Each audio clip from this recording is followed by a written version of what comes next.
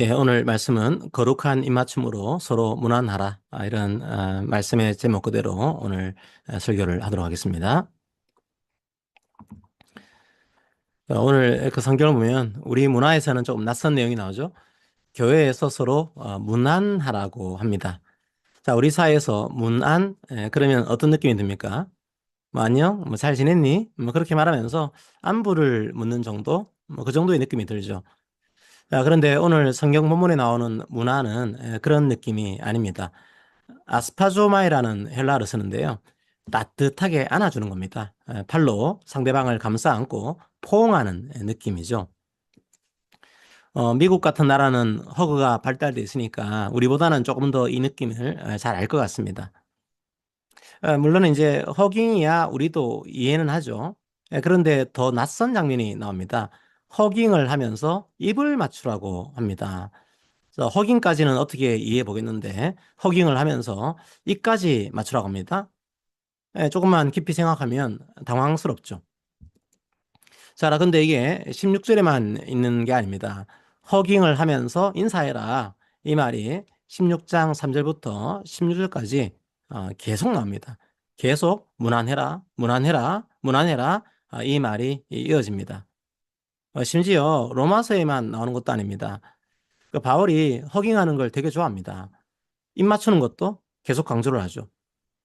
데살로니가전서 5장 26절도 볼까요?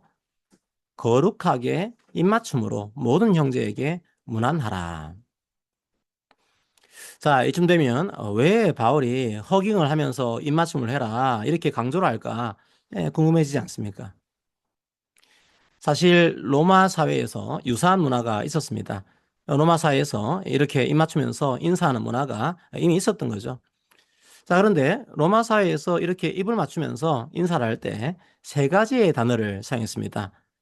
우선 오스쿨룸이란 게 있습니다. 의례적으로 입을 맞추면서 인사하는 거죠. 가족이나 친척 사이에 이런 인사를 했습니다. 아니면 동료 사이에서도 이렇게 의례적으로 입을 맞추는 문화가 있었습니다. 그리고 바시움이란 것도 있습니다. 부부 사이에 하는 입맞춤으로 이해하시면 됩니다. 또 사비움이란 것도 있습니다. 연인들 사이에 하는 키스 정도로 이해하시면 됩니다. 아마도 바울이 말한 입맞춤은 로마인들의 문화 중에서 오스쿨룸에 가까운 것으로 보입니다. 뭐 그러면 이렇게 생각할 수도 있겠죠. 그냥 로마인들에게 서로 간에 입맞추는 문화가 있는데 바울이 그냥 그 문화대로 인사라는 얘기구나. 이렇게 생각하는 거죠. 자, 그런데 그건 또 아닙니다. 오스쿨룸은 입술에 하거나 뺨에 있습니다. 그런데 단순한 문안 인사가 아닙니다. 로마 사회에서 입맞춤은 신분을 드러내는 수단이기도 했습니다. 제가 오스쿨룸은 의례적 인사라고 했죠.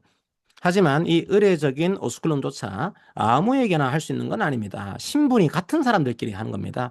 귀족들끼리 하는 겁니다. 계급이 같은 동료들끼리 하는 겁니다. 노예와 주인이 이렇게 오스쿨룸을 하면서 안부를 물었을까요? 아닙니다. 노예는 주인의 입술이나 뺨에 입 맞추지 못했습니다. 노예는 주인의 옷자락 끝에 입을 맞춥니다. 아니면 손이나 발가락에 입을 맞춥니다. 입 맞춤은 단순한 호의가 아닙니다. 거기에는 사회적 계급이 나타나는 거죠. 자, 그런데 바울은 누구에게 이렇게 입을 맞추면서 인사하라고 하고 있습니까? 오늘 그 본문 바로 앞에 보시면 사람들 이름이 쫙 나열되어 있습니다. 브리스가, 아굴라, 마리아, 뭐 유니아, 암블리아 이런 사람들 이름이 쫙 나옵니다. 그리고 이런 사람들과 함께 서로 입 맞추면서 문안을 해라. 이렇게 말하고 있는 겁니다. 그런데 이 사람들이 누구일까요? 뭐 오늘은 상세히 보진 않겠습니다. 통계만 말씀드려 보겠습니다. 약 26명의 이름이 나옵니다. 성비로 나눠볼까요? 그 중에 여성 비율이 35%입니다. 민족 비율로 나눠볼까요?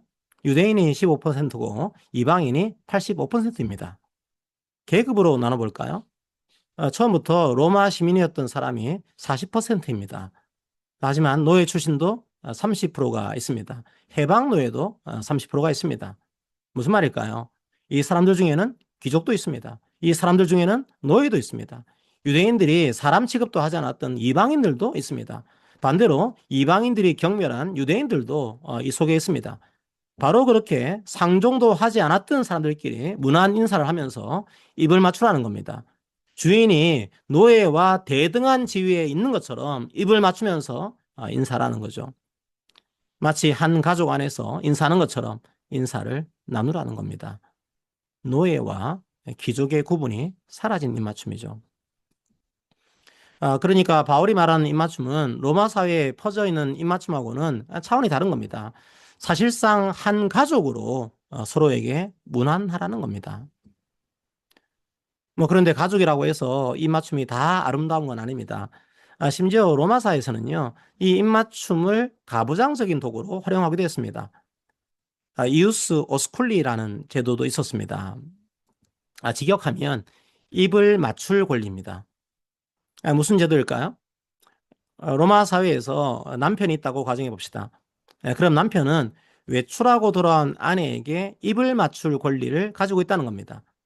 자, 아니면 가까운 남자 친척이 있습니다. 그런데 외출하고 귀가하는 여자 친척이 있습니다. 그러면 남자 친척이 그 여자 친척에게 입 맞출 권리를 가지고 있다는 거죠. 최대 6촌까지 이 권리를 가지고 있었다고 합니다. 무슨 말일까요? 왜 남편이 외출하고 돌아온 부인에게 입을 맞추는 걸 권리라고 표현하고 있을까요? 왜 그렇게 하는 걸까요? 이유가 뭘까요? 키스를 하면서 부인이 술을 마신 게 아닌가, 그걸 체크한 겁니다. 혹시나 자기 부인이나 여자 친척이 밖에서 몰래 포도주를 마시지 않았는지 체크하는 권리가 남편이나 남자 친척에게 있었다는 겁니다. 한 가정 내에서도 이런 위계 질서가 작동하고 있었던 거죠. 초창기 고대 로마에서는 여성들이 포도주 마시는 걸 엄격하게 금지했습니다. 여자가 술에 취하면 이성을 잃고 잘못된 행동을 할 수 있다고 생각한 겁니다. 그래서 밖에서 돌아오면 포도주를 마셨나 안 마셨나 입을 맞춰서 그걸 체크할 권리를 준 겁니다. 예의상 입을 맞추는 척하면서 술을 마셨는지 마시지 않았는지 그걸 체크한 거죠. 그러니까 로마 사회에서 입맞춤은 가족 안에서도 남녀 차별의 도구로 악용된 거죠. CCTV가 아니라 입맞춤으로 여성을 감시한 겁니다. 자, 이제 왜 바울이 이렇게 거룩하게 입을 맞춰라, 그리고 허경을 하면서 인사를 해라, 이렇게 말하고 있는지 아시겠습니까? 로마 교회 안에는 노예와 주인이 함께 있습니다. 계급 차이가 분명한 사람들이죠. 남자와 여자도 있습니다. 가부장적인 문화가 가득한 사회에서 살던 사람들이죠. 유대인과 이방인도 있습니다. 서로가 서로를 못 잡아먹어서 안달이 나는 사람들이죠. 바울은 바로 세상에서는 서로 안을 수 없는 사람들, 세상에서는 서로 입맞출 수 없는 사람들, 그 사람들에게 전혀 다른 입맞춤을 해야 한다. 그걸 말하고 있는 겁니다. 이제 그리스도 안에서는 다른 인사를 해야 한다. 그걸 말하고 있는 겁니다. 따뜻하게 포옹을 하면서 입을 맞춘다는 건 뭘 말하고 있는 겁니까? 단순히 예의 때문에 인사하는 게 아닌 겁니다. 당신을 나의 참된 가족으로 인정하겠다는 뜻입니다. 당신을 나의 형제요, 자매요, 부모요, 자녀로 인정하겠다는 뜻입니다. 따뜻하게 안아주면서 입을 맞춘다는 건 뭘 말하고 있는 겁니까? 이제 더 이상 계급적 차이 때문에 무시하지 않겠다는 겁니다. 그리스도 안에서 모두가 다 동일한 형제, 자매라는 겁니다. 사실은 혁명적인 입맞춤이었던 거죠. 자, 그런데 왜 바울이 이렇게 16장 마지막까지 이런 문안 인사를 강조하고 있을까요? 그만큼 로마 교회 내부에 갈등이 심했기 때문입니다. 유대인과 이방인 사이에 주도권 다툼이 있었습니다. 로마의 클라디우스 황제가 유대인을 로마에서 추방한 적이 있습니다. 약 5년 동안 로마에서 유대인들이 추방당하죠. 자, 그런데 그 사이에 유대인이 아닌 이방인들이 교회의 절대 다수를 차지하게 됩니다. 나중에 유대인들이 교회에 돌아오니까 이미 이방인들이 교회의 리더가 돼 있습니다. 게다가 부유한 그리스도인들과 가난한 그리스도인들 사이의 갈등도 심했습니다. 율법을 지켜야 하냐? 지킬 필요가 없냐? 이걸 두고서 신학적인 갈등도 심했습니다. 남자와 여자의 갈등도 있었겠죠. 자, 그대로 두면 교회가 분열될 수도 있습니다. 그러면 어떻게 해야 할까요? 그냥 갈라지자. 그렇게 해야 할까요? 자, 아니요. 바울은 그렇게 말할 수 없었습니다. 그리스도의 십자가로 한 가족이 되었는데 그렇게 쉽게 말할 수가 없는 겁니다. 그래서 바울이 로마서 14장과 15장에서 가장 강조하고 있는 게 뭔지 아십니까? 서로 받으라는 겁니다. 믿음이 연약한 자를 받으라는 겁니다. 유대인은 이방인을, 이방인은 유대인을 서로 받으라는 겁니다. 로마서 15장 7절을 읽어볼까요? 그러므로 그리스도께서 우리를 받아 하나님께 영광을 돌리심과 같이 너희도 서로 받으라. 상대방을 그냥 갈라줘도 관계없는 그런 사람으로 보지 말라는 겁니다. 단순하게 머물렀다가는 손님으로 보지 말라는 겁니다. 자신의 식탁 공동체 안으로 들이라는 겁니다. 받아들이라는 겁니다. 환대하라는 겁니다. 형제요 자매로 인정하라는 겁니다. 성찬도 마찬가지였죠. 초대교회에서는 식사와 성찬을 겸해서 했습니다. 노예는 일을 다 마치고 오니까 늦게 올 수밖에 없습니다. 그런데 먼저 온 여유가 있는 부자들이 식사를 먼저 다 끝내버린 겁니다. 나중에 온 노예들은 식사를 할 수가 없는 겁니다. 자기 자녀라면, 자기 형제라면 그렇게 할 수 있겠냐는 겁니다. 예배 자리에서, 성찬의 자리에서 어떻게 그런 모멸감을 줄 수 있냐는 겁니다. 모두가 그리스도의 피로 하나 된 공동체인데, 모두가 부모요, 자녀요, 형제 자매인데 어떻게 그렇게 서로를 모욕할 수 있냐는 겁니다. 그리스도께서 죄인인 우리를 받아들여서 하나님의 자녀로 인정하셨는데 어떻게 우리가 그럴 수 있냐는 겁니다. 그래서 그리스도께서 우리를 받으신 것처럼 우리도 서로를 받으라는 겁니다. 그게 바로 복음의 힘입니다. 예수 믿고 구원받았다. 이건 복음의 기초입니다. 그 다음 단계까지 나아가기를 축복합니다. 서로 받으시기를 축복합니다. 서로 거룩한 입맞춤으로 인사하시기를 축복합니다. 물론 뭐 실제로 입맞추라는 말은 아닙니다. 이걸 문자 그대로 적용하면 큰일 납니다. 그 입맞춤은 그 시대의 문화일 뿐입니다. 그 문화가 희미하게 남아있는 게 프랑스의 비주죠. 가볍게 뺨에 입을 맞추는 정도의 문화가 남아있습니다. 자, 입맞춤은 서로가 서로를 받아들이는 상징적인 행동으로 이해하면 됩니다. 어쨌든 바로 그 입맞춤을 통해 복음이 드러나게 됩니다. 그래서 그 입맞춤은 세상과 구별되는 거죠. 거룩한 입맞춤인 겁니다. 로마서 16장 8절에 보면 주 안에서 내 사랑하는 암블리아에게 문안하라 이렇게 기록되어 있습니다. 로마에 가면 도미틸라 카타콤이 있습니다. 기독교인들의 지하 무덤이죠. 그 무덤에 바로 암블리아의 방이 있습니다. 1881년에 발견이 됐는데요. 그 비문에 라틴어로 암플리아티라고 되어 있습니다. 학계에서는 16장 8절에 암블리아하고 동일 인물로 추정하고 있습니다. 이름으로 봤을 때는 암블리아도 노예였을 겁니다. 아니면 해방 노예였을 겁니다. 그런데 묘실 내부가 그 세련된 프레스코 스타일로 장식이 되어 있습니다. 노예냐 아니냐 그건 중요한 게 아닙니다. 노예였지만 초대 로마 교회 내에서 대단히 큰 존경과 사랑을 받은 인물이었다. 그걸 추정할 수 있습니다. 초대 로마 교회만 그런 건 아닙니다. 그리스도의 복음이 전해진 곳에서는 서로 거룩하게 문안했습니다. 우리나라의 교회도 마찬가지였습니다. 우리나라의 초대 교회는 혁명적이었습니다. 노비와 양반이 함께 예배를 드렸습니다. 승동교회는 심지어 백정교회라고 불렸습니다. 그리고 교회에서는 여성과 남성이 함께 예배를 드렸습니다. 유교 문화가 있다 보니까 초창기에는 기역자 형태의 교회도 있었죠. 대표적인 교회가 김제 금산교회입니다. 남자와 여자가 서로를 못 보게 한 겁니다. 그런 문화적인 환경이 있긴 했지만 가부장적인 사회에서 남자와 여자가 함께 예배를 드리게 된 거죠. 예수의 복음이 서로의 관계를 변화시킨 거죠. 성도 여러분, 팀 켈러 목사님을 아실 겁니다. 도시 선교로 유명한 목사님이죠. 2023년도에 돌아가셨는데요. 팀 켈러 목사님은 복음의 핵심을 강조했습니다. The heart of the gospel입니다. 오직 예수 그리스도를 믿음으로 구원받는다. 오직 그 은혜로 구원받는다. 바로 이게 복음의 핵심이라는 겁니다. 자기의 능력과 행동으로 구원받는 게 아니라는 겁니다. 오직 예수님의 은혜라는 겁니다. 바로 그게 복음이라는 겁니다. 기쁜 소식의 심장이죠. 자, 그런데 팀켈러 목사님은 동시에 복음의 범위도 강조했습니다. The scope of the gospel입니다. 자, 물론 그 복음의 심장은 예수 그리스도를 믿는 믿음입니다.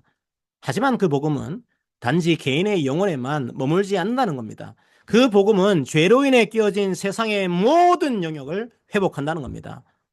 하나님과 사람의 관계가 회복되면 어떤 일이 일어날까요? 사람과 사람의 관계가 회복됩니다. 서로 차별하고 무시했던 그 관계가 그리스도 안에서 회복되는 겁니다. 심지어 온 자연 세계와의 관계도 회복됩니다. 바로 그게 복음이 가지는 힘입니다. 저는 우리 교회 그 성도님들이 이런 균형을 잘 잡기를 원합니다.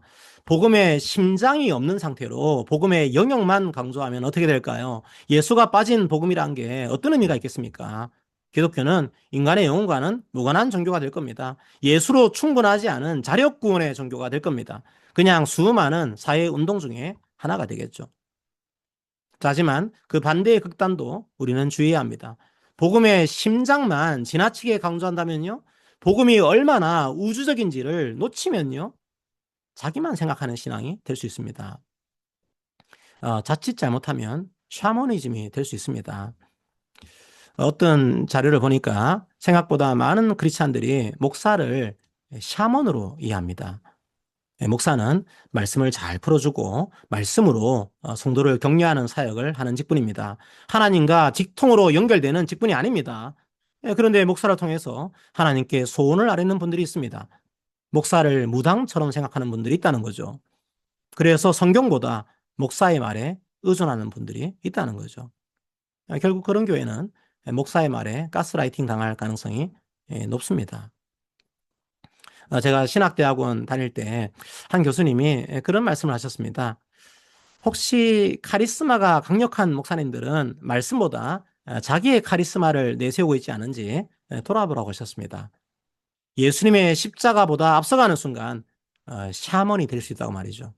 성도들을 자기의 말로 가스라이팅 할 수 있다고 말이죠. 우리 교회 성도님들은 그렇지 않겠죠. 저는 우리 교회 성도님들을 말씀으로 양육하라고 부름받은 한 사람의 성도입니다. 그건 여러분들도 마찬가지입니다. 주님 안에서 각자의 은사대로 교회를 섬기고 사회를 섬기면서 나아가는 동일한 성도입니다. 목사와 장로와 집사는 계급이 아닙니다. 하는 일에 차이가 있을 뿐이죠. 저는 말씀으로 여러분을 섬기고 여러분은 또 각자의 은사대로 또 서로를 섬깁니다. 이런 이기주의가 팽배한 세상에서 그게 쉬운 일이겠습니까? 어려운 일입니다. 그래서 서로 안아주면서 거룩한 입맞춤을 하면서 무난하고 위로하는 거죠. 우리 교회도 서로를 위해서 기도하고 격려하면서 바울이 말한 입맞춤을 하고 있는 겁니다. 그리스도 안에서 그렇게 무난하고 있는 거죠. 그런데 만약에 우리가 사회의 직업이나 학벌로 성도를 차별하면 어떨까요? 혹은 헌금을 많이 낸 성도를 더 대단한 것처럼 죽여 세우면 어떨까요?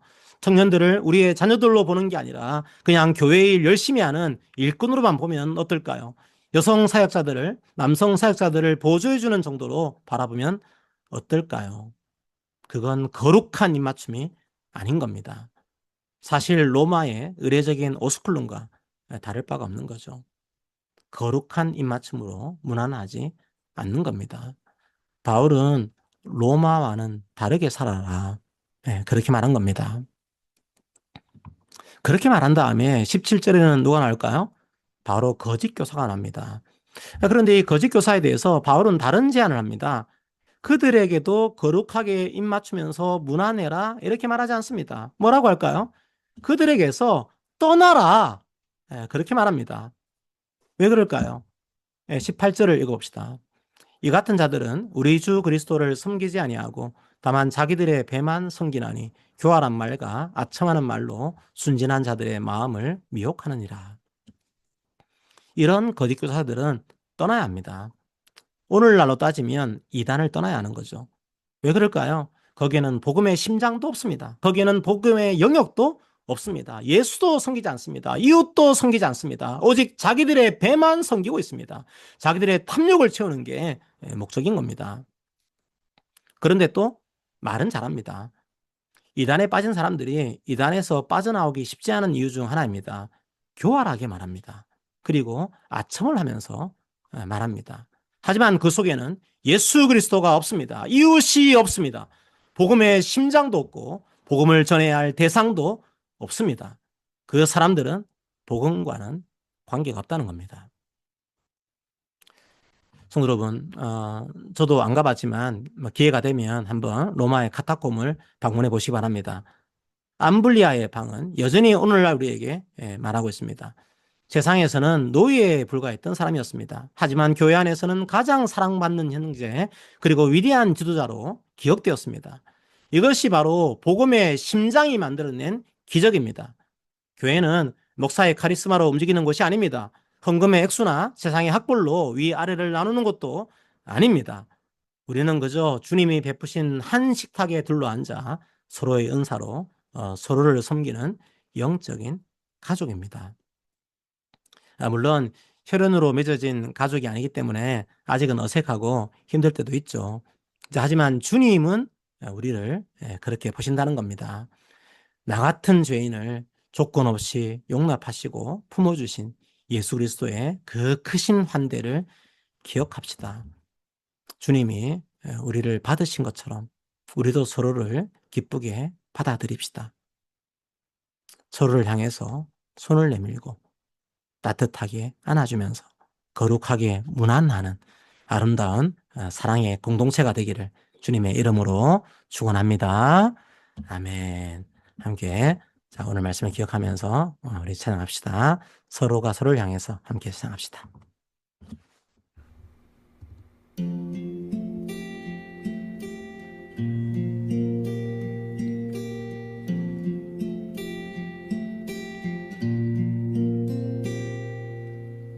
형제의 모습 속에 보이는 하나님 형상 아름다워라.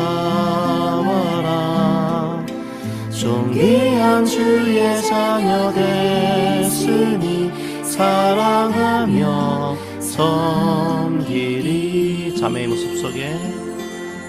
자매의 모습 속에 보이는 하나님 형상 아름다워라. 존귀한 주의 자녀 됐으니 사랑하며 섬기리.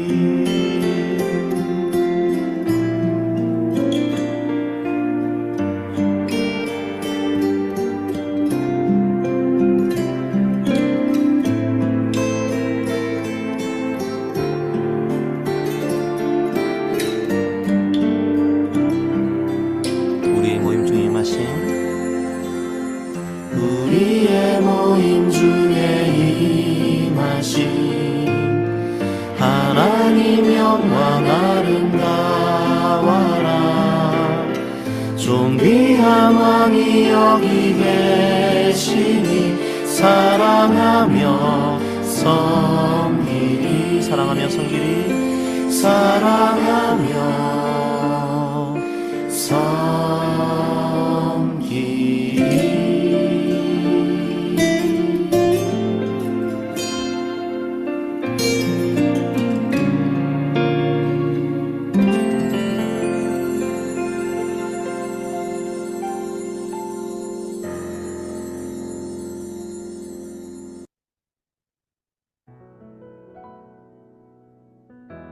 자, 오늘 말씀을 생각하면서 우리 기도합시다.